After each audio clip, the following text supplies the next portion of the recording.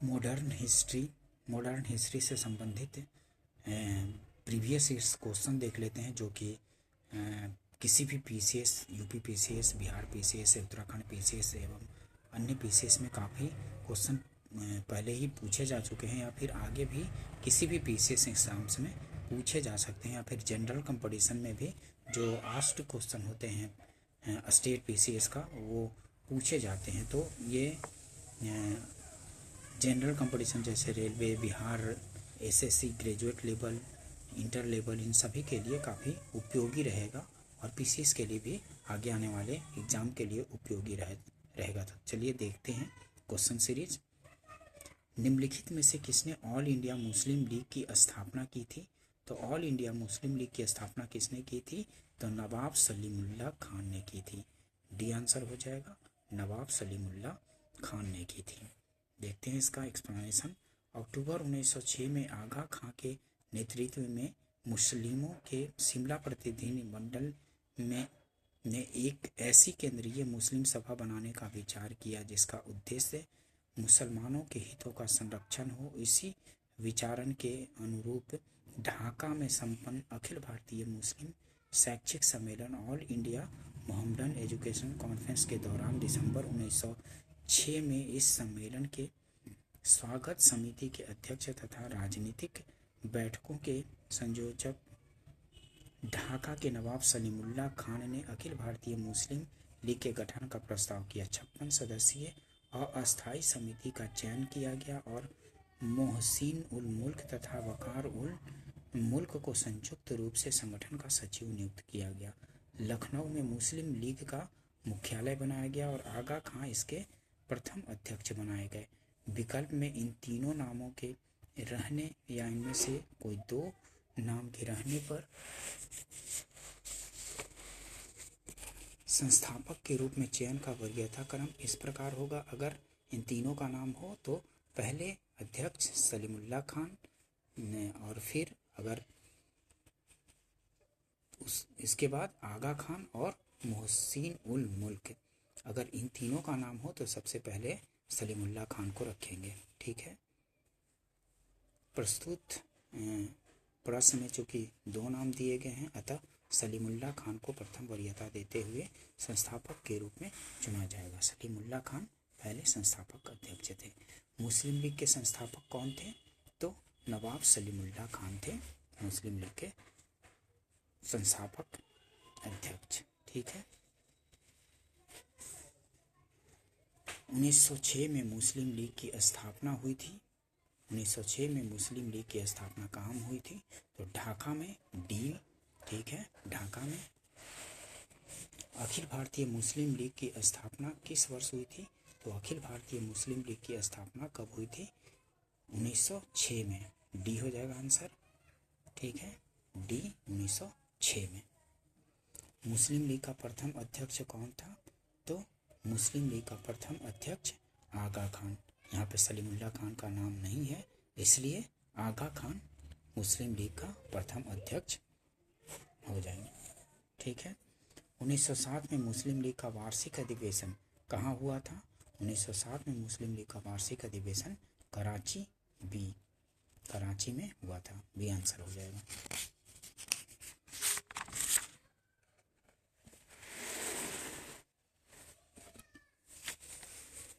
सन 1908 में अखिल भारतीय मुस्लिम लीग की एक लंदन शाखा की स्थापना हुई थी। अमीर अली की अध्यक्षता में 1908 में अखिल भारतीय मुस्लिम लीग की एक लंदन शाखा की स्थापना किसके अध्यक्षता में हुई थी? तो अमीर अली की अध्यक्षता में हुई थी लंदन शाखा। ठीक है।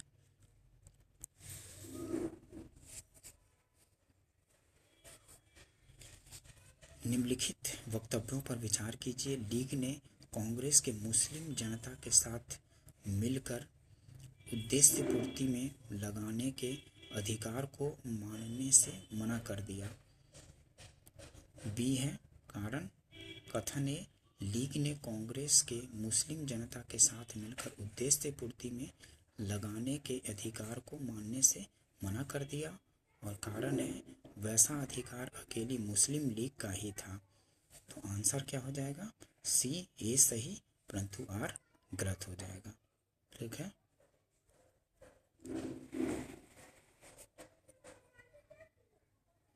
भारतीय स्वाधीनता संघर्ष के संदर्भ में निम्नलिखित में से कौन सा कथन सही नहीं है? तो भारतीय स्वतंत्रता संघर्ष के संबंध में कौन सा कथन सही नहीं है? हकीम अजमल खान राष्ट्रवादी तथा चरमपंथी अहरार आंदोलन शुरू करने वाले नेताओं में से थे। सही है। भारतीय राष्ट्रीय कांग्रेस के संगठन के समय सर सैयद अहमद खान ने इसका विरोध किया था। ये भी सही है।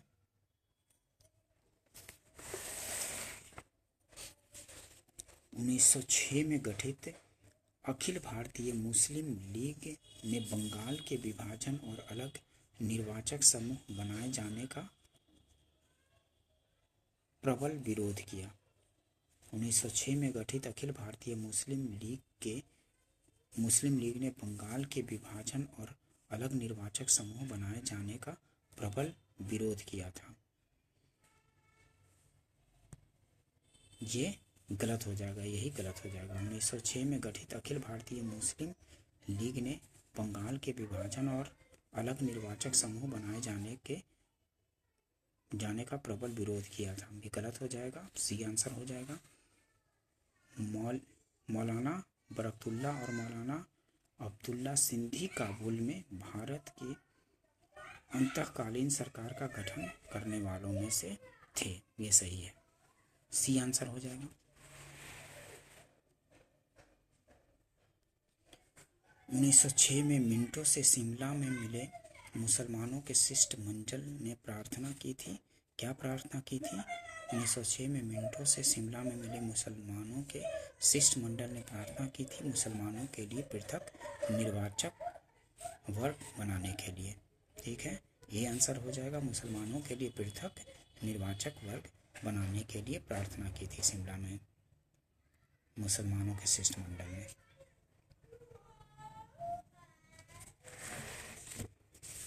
मार्ले मिंटो सुधार से कुछ क्वेश्चन देख लेते हैं, इससे भी काफ़ी क्वेश्चन पूछे जाते हैं। मार्ले मिंटो सुधार बिल किस वर्ष में पारित किया गया था? तो मार्ले मिंटो सुधार बिल 1909 में पारित किया गया था। मार्ले भारत सचिव थे और मिंटो वायसराय थे उस समय, 1909। इसी समय मार्ले मिंटो सुधार बिल पारित किया गया था, 1909। बी हो जाएगा आंसर।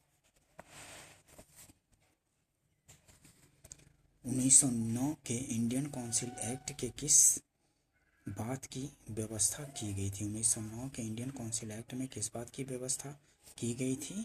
तो सांप्रदायिक प्रतिनिधित्व की व्यवस्था की गई थी। बी हो जाएगा आंसर। सांप्रदायिक प्रतिनिधित्व की व्यवस्था की गई थी, बी आंसर हो जाएगा, क्योंकि मार्ले मिंटो सुधार लाया गया था। राष्ट्रीय आंदोलन की अवधि में जिस घटना में मतभेद के बीच थे और वह जिसने अंततः देश के विभाजन कराया, क्या था?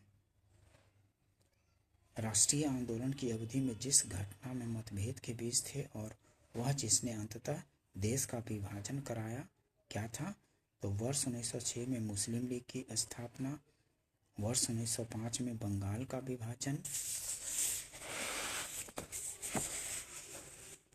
गांधी जी द्वारा खिलाफत आंदोलन को समर्थन, विधानसभाओं में मुसलमानों के लिए पृथक निर्वाचन क्षेत्रों और स्थानों का आरक्षण। यही हो जाएगा, विधानसभाओं में मुसलमानों के लिए पृथक निर्वाचन क्षेत्रों और स्थानों का आरक्षण किए जाने से।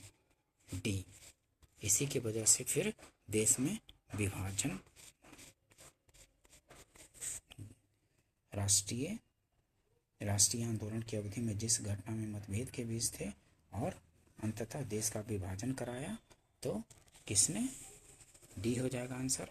विधानसभाओं में मुसलमानों के लिए पृथक निर्वाचन क्षेत्रों और स्थानों का आरक्षण की वजह से देश में विभाजन को।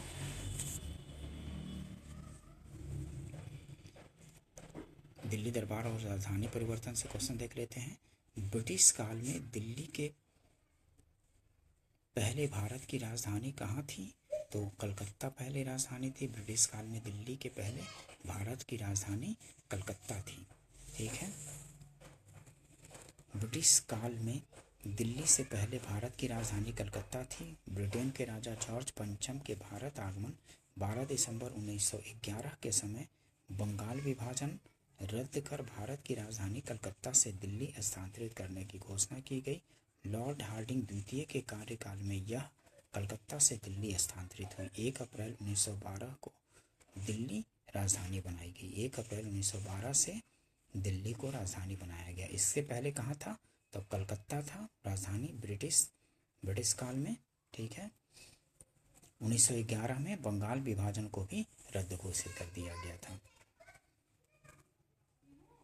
1912 ईस्वी में जब राजधानी कलकत्ता से दिल्ली लाई गई, उस समय भारत का वायसराय कौन था?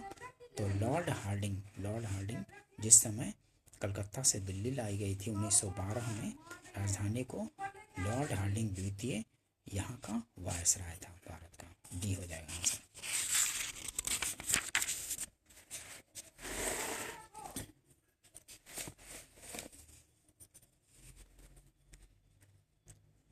दिल्ली भारत की राजधानी कब बनी थी? तो 1911 में घोषणा किया गया था। अगर यहाँ पे 12 भी होता तो 1912 को माना जाता। ठीक है, क्योंकि 1911 में घोषणा की गई थी और 1912 में बना दी गई थी। ठीक है, तो यहाँ पे 12 नहीं है, तो यहाँ पे 1911 आंसर हो जाएगा पी।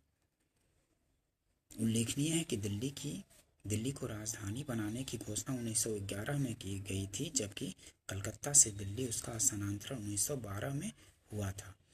अतः स्थानांतरण के संबंध में यदि विकल्प में 1911 एवं 12 दोनों वर्ष दिए गए हों तो इस संदर्भ में दूसरा वर्ष अधिक मान्य होगा। मतलब 1912 अधिक मान्य होगा। अगर दोनों वर्ष दिया हुआ हो 11 और 12, तो राजधानी को 1912 में स्थानांतरित करके ला दिया गया था, इसलिए 1912 आंसर होगा। ठीक है, 1911 में घोषणा की गई थी। आयोग ने भी कई बार क्वेश्चन पूछे गए, 1912 को ही आंसर माना जाता है, क्योंकि दिल्ली दरबार ये क्या बोलते हैं, दिल्ली को राजधानी कब बना दिया गया था? 1912 में। घोषणा 1911 में की गई थी। किस वर्ष भारत की राजधानी कलकत्ता से दिल्ली स्थानांतरित की गई? तो 1912 आंसर हो जाएगा डी। ठीक है, किस वर्ष भारत की राजधानी कलकत्ता से दिल्ली आई? तो 1912 हो जाएगा। यहाँ पे 11 दिया है, इसलिए किसी आयोग ने नहीं माना होगा, इसलिए इसको हटा दिया गया होगा। लेकिन यहाँ अगर 12 नहीं है तो 11 मान सकते हैं। ठीक है, ऐसे 1912। दिल्ली में उनके राजकीय प्रवेश के अवसर पर, ठीक है, दिल्ली में उनके राजकीय प्रवेश के अवसर पर बम फेंका गया था। तो किनके राजकीय प्रवेश के अवसर पर बम फेंका गया था? तो लॉर्ड हार्डिंग के प्रवेश के समय दिल्ली में उनके राजकीय प्रवेश के अवसर पर बम फेंका गया था। तो लॉर्ड हार्डिंग पर बम फेंका गया था। डी आंसर हो जाएगा।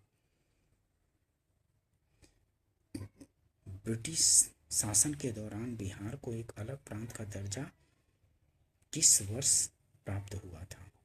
तो 1912 में प्राप्त हुआ था। 1912। ब्रिटिश शासन के दौरान ब्रिटेन ने बिहार को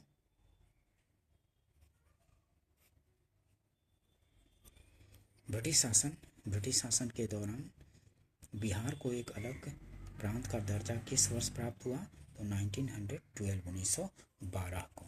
ठीक है, दिसंबर 1911 में ब्रिटिश सम्राट जॉर्ज पंचम और महारानी मेरी के भारत आगमन पर उनके स्वागत हेतु दिल्ली में एक दरबार का आयोजन किया गया। दिल्ली दरबार में ही सम्राट ने बंगाल विभाजन को रद्द घोषित किया, साथ ही बिहार और उड़ीसा को बंगाल से अलग कर दिया। यह विभाजन 1912 से लागू हुआ। ठीक है, इस विभाजन को, बंगाल विभाजन को रद्द कर दिया गया था और बिहार और उड़ीसा को बंगाल से अलग कर दिया गया। और यह विभाजन 1912 से लागू हुआ था। ठीक है। कांग्रेस का लखनऊ अधिवेशन देख लेते हैं। दिसंबर 1916 के इंडियन नेशनल कांग्रेस तथा इंडियन मुस्लिम लीग ने एक ही समय अपने अधिवेशन आयोजित किए थे। कहाँ किए थे? तो लखनऊ में 1916 में मुस्लिम लीग और कांग्रेस ने अपने एक ही साथ एक ही जगह पे अधिवेशन किए थे। कहाँ? ये दिसंबर 1916 में इंडियन नेशनल कांग्रेस तथा इंडियन मुस्लिम लीग ने एक ही समय अपने अधिवेशन आयोजित किए थे लखनऊ में। ठीक है। 1916 में 1916 में भारतीय राष्ट्रीय कांग्रेस के लखनऊ अधिवेशन की अध्यक्षता की थी। किसने की थी? तो AC मजुमदार ने की थी। डी आंसर हो जाएगा। 1916 में भारतीय राष्ट्रीय कांग्रेस के लखनऊ अधिवेशन की अध्यक्षता किसने की थी? तो AC मजुमदार ने की थी। डी आंसर हो जाएगा। अंबिका चरण मजुमदार। कांग्रेस और मुस्लिम लीग के बीच प्रसिद्ध लखनऊ समझौते पर हस्ताक्षर हुआ था। कब हुआ था? तो 1916 में। डी आंसर हो जाएगा। कांग्रेस और मुस्लिम लीग के बीच प्रसिद्ध लखनऊ समझौते पर हस्ताक्षर कब हुआ था? तो 1916 में हुआ था। ठीक है। ये क्वेश्चन काफ़ी बार बार रिपीट भी होते रहते हैं, तो इसको देख लेंगे। अगर चाहते हैं कि इस तरह से कंटिन्यू किया जाए क्वेश्चन आंसर सीरीज को, तो चैनल को सब्सक्राइब कर लीजिए ताकि आगे भी इस तरह का उपयोगी वीडियो बनाया जा सके और इसका लाभ ले सकें। इन सब मतलब जो क्वेश्चन पूछे जा चुके हैं ये हर एग्जाम्स में जैसे कि जनरल में भी काफ़ी उपयोगी रहेंगे, तो इसका लाभ उठा सकते हैं और ऐसे ही कंटिन्यू वीडियो बनाया जा सकता है। तो चैनल को सब्सक्राइब कर लीजिए, लाइक कर दीजिए, शेयर कर दीजिए ताकि इस तरह से उपयोगी वीडियो और भी आगे बनाया जा सके। चलिए देखते हैं आगे। अतिवादियों एवं उदारवादियों के पुनर्मिलन की प्रक्रिया में प्रमुख शिल्पी निम्न में से कौन था? तो एनी बेसेंट थे। अतिवादियों एवं उदारवादियों के पुनर्मिलन की प्रक्रिया में प्रमुख शिल्पी निम्न में से कौन था?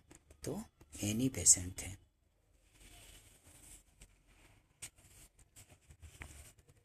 उन्नीस 1916 में भारतीय राष्ट्रीय कांग्रेस का लखनऊ अधिवेशन, जिसकी अध्यक्षता अंबिका चरण मजुमदार ने की थी, दो दृष्टियों से स्मरणीय था। प्रथम, उग्रवादियों जिन्हें 9 वर्ष पूर्व 1907 ईस्वी में कांग्रेस से निष्कासित किया गया था का कांग्रेस में पुनर्प्रवेश हुआ था।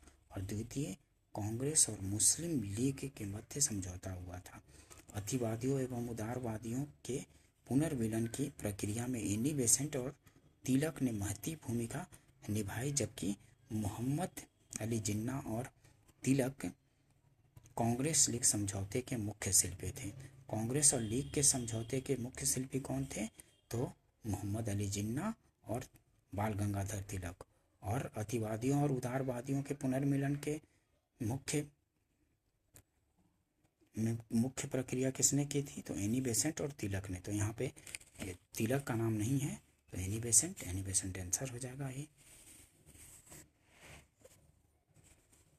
वर्ष 1916 में मुस्लिम लीग और कांग्रेस के मध्य किसने समझौता कराया था? तो बाल गंगाधर तिलक और मोहम्मद अली जिन्ना ने मिलकर करवाया था। 1916 में मुस्लिम लीग और कांग्रेस के मध्य किसने समझौता कराया था? तो बाल गंगाधर तिलक हो जाएगा आंसर ए। कांग्रेस के 1916 के लखनऊ अधिवेशन में कौन सा मुख्य दूरगामी परिणाम वाला निर्णय लिया गया था?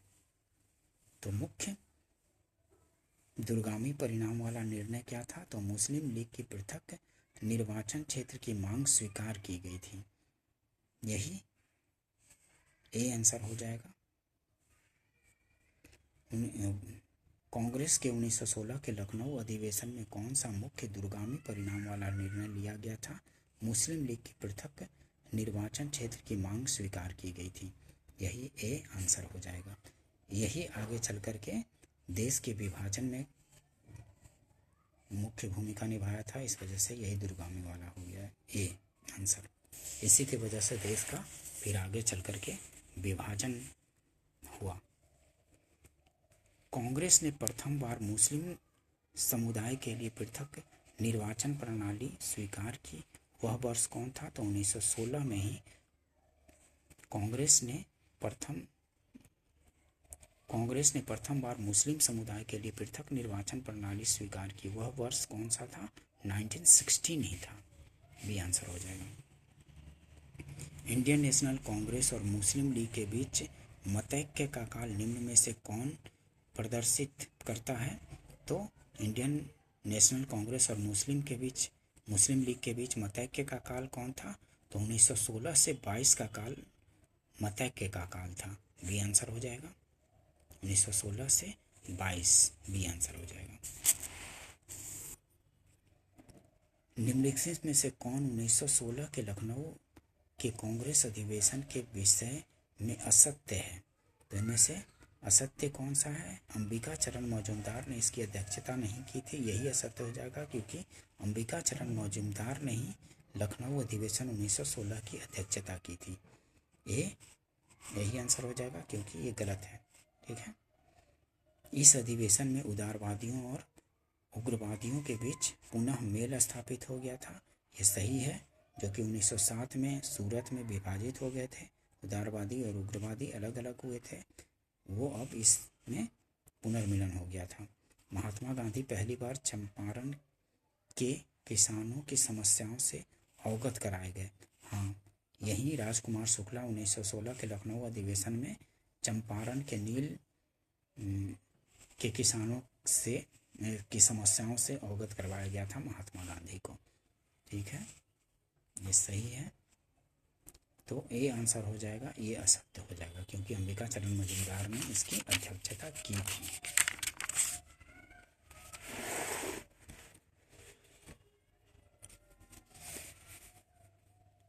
निम्नलिखित भारतीय राष्ट्रीय कांग्रेस के किस अधिवेशन में महात्मा गांधी को चंपारण के किसानों की समस्याओं से अवगत कराया गया था? कब कराया गया था?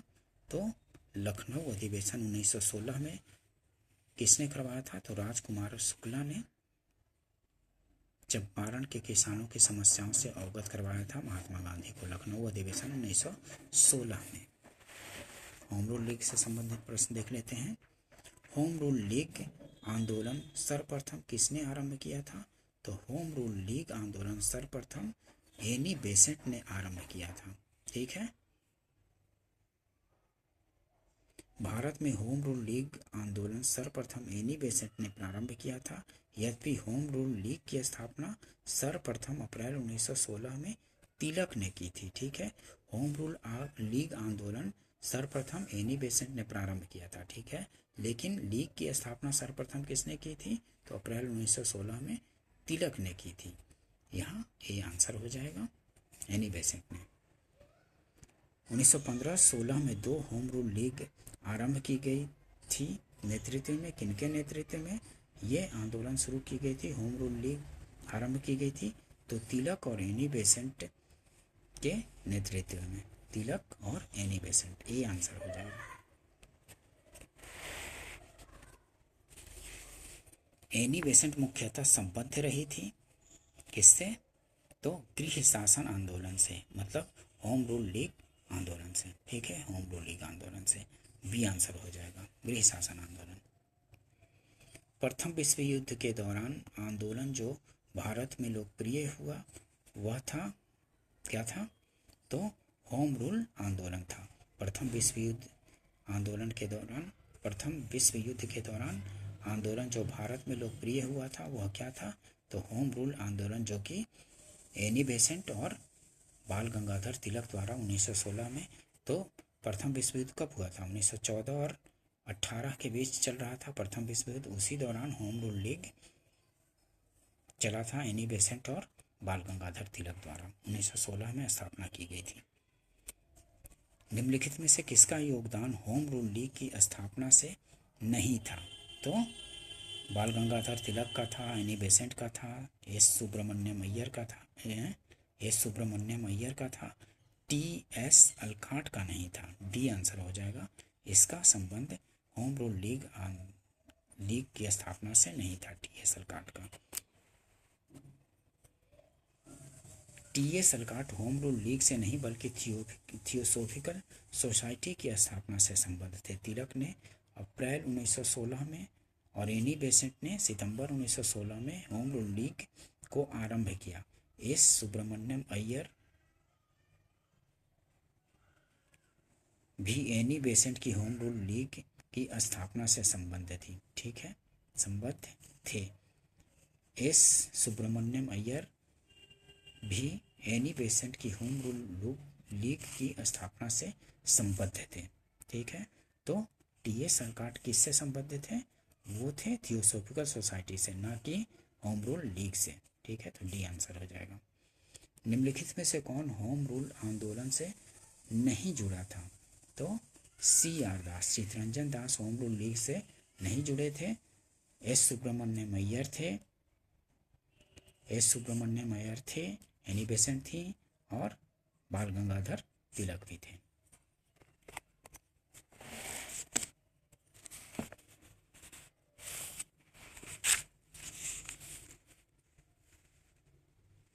किस अधिवेशन में होम रूल समर्थक अपने राजनीतिक शक्ति का सफलतापूर्वक प्रदर्शन कर सके?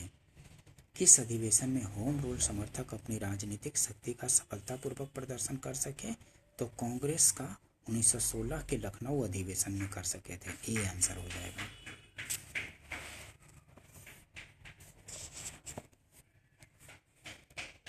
होम रूल आंदोलन भारत के स्वतंत्रता संग्राम के एक नए चरण के आरंभ का द्योतक था, क्योंकि इसने देश के सामने स्वशासन की एक ठोस योजना रखी थी। होम रूल आंदोलन भारत के स्वतंत्रता संग्राम के एक नए चरण के आरंभ का द्योतक था, क्योंकि इसने भारत के सामने स्वशासन की एक ठोस योजना रखी थी। ये आंसर हो जाएगा।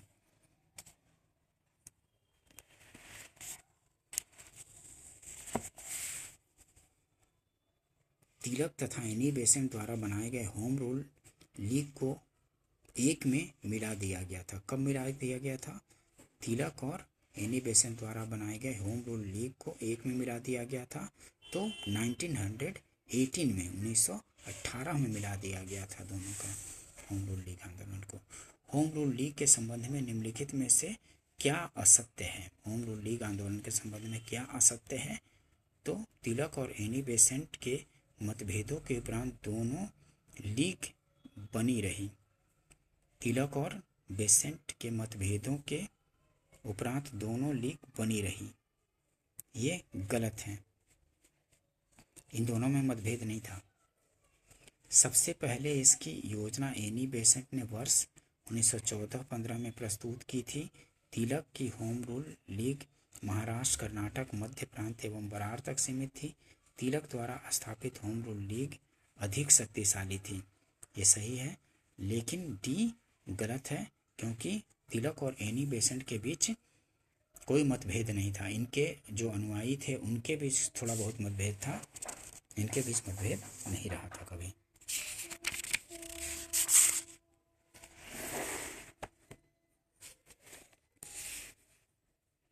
निम्न में से कौन फेबियन आंदोलन का प्रस्तावक था? तो फेबियन आंदोलन का प्रस्तावक कौन था? तो एनी बेसेंट थी। एनी बेसेंट फेबियन आंदोलन का प्रस्तावक था। एनी बेसेंट थी।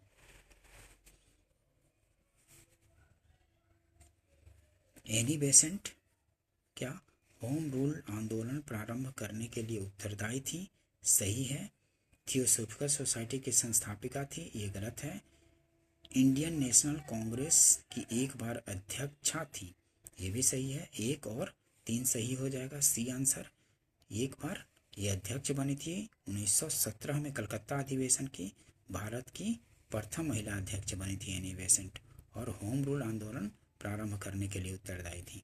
ये भी सही हो जाएगा। 1 और 3 सही हो जाएगा। गांधी एवं उनके प्रारंभिक आंदोलन देख लेते हैं। करमचंद गांधी दीवान थे। कहाँ के दीवान थे? तो पोरबंदर के, राजकोट के, बीकानेर के, तीनों जगह के थे, तो उपयुक्त सभी राज्यों के। ठीक है, डी हो जाएगा आंसर।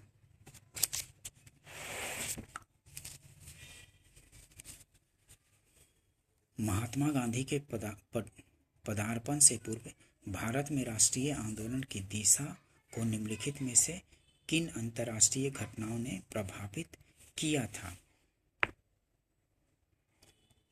महात्मा गांधी के पदार्पण से पूर्व भारत में राष्ट्रीय आंदोलन की दिशा को निम्नलिखित में से किन अंतर्राष्ट्रीय घटनाओं ने प्रभावित किया था? तो 1898 के इटली अबिसिनिया युद्ध ने भी प्रभावित किया था।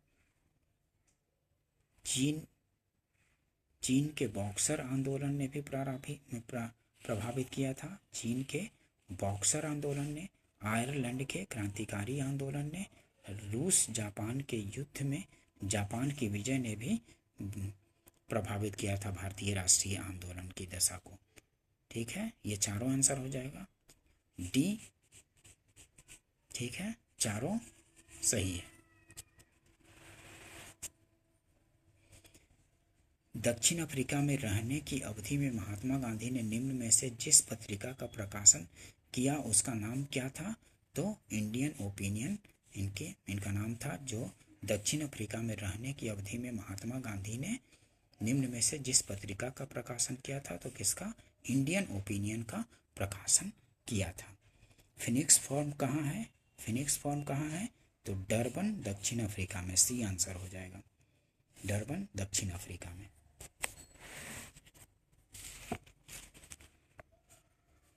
एम के गांधी के समर्थक कौन थे?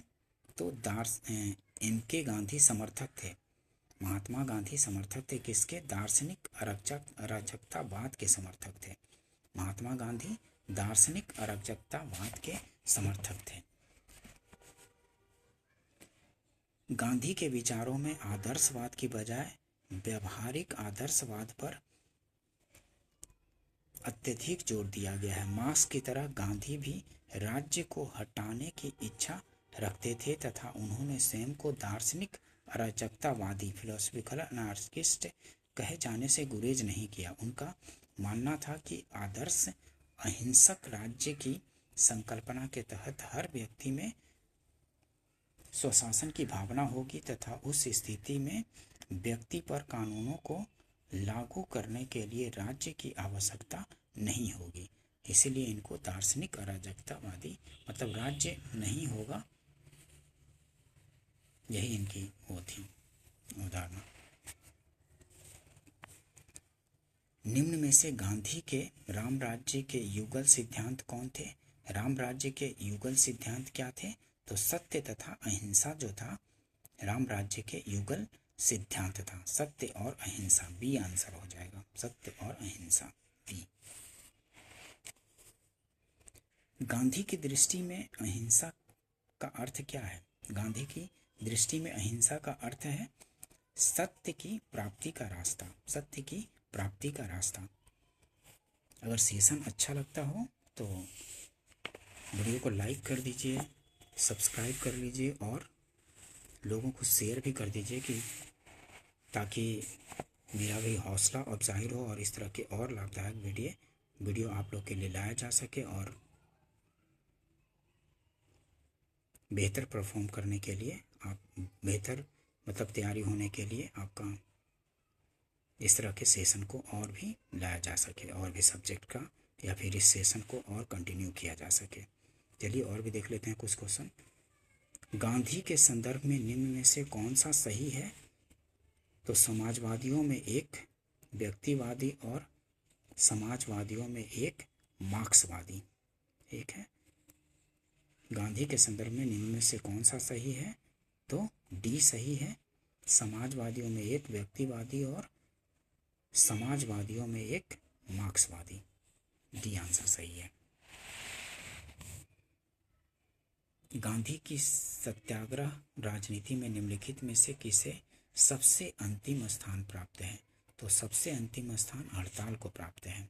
ठीक है, गांधी की सत्याग्रह रणनीति में निम्नलिखित में से किसे सबसे अंतिम स्थान प्राप्त है? तो हड़ताल को सबसे अंतिम स्थान प्राप्त है।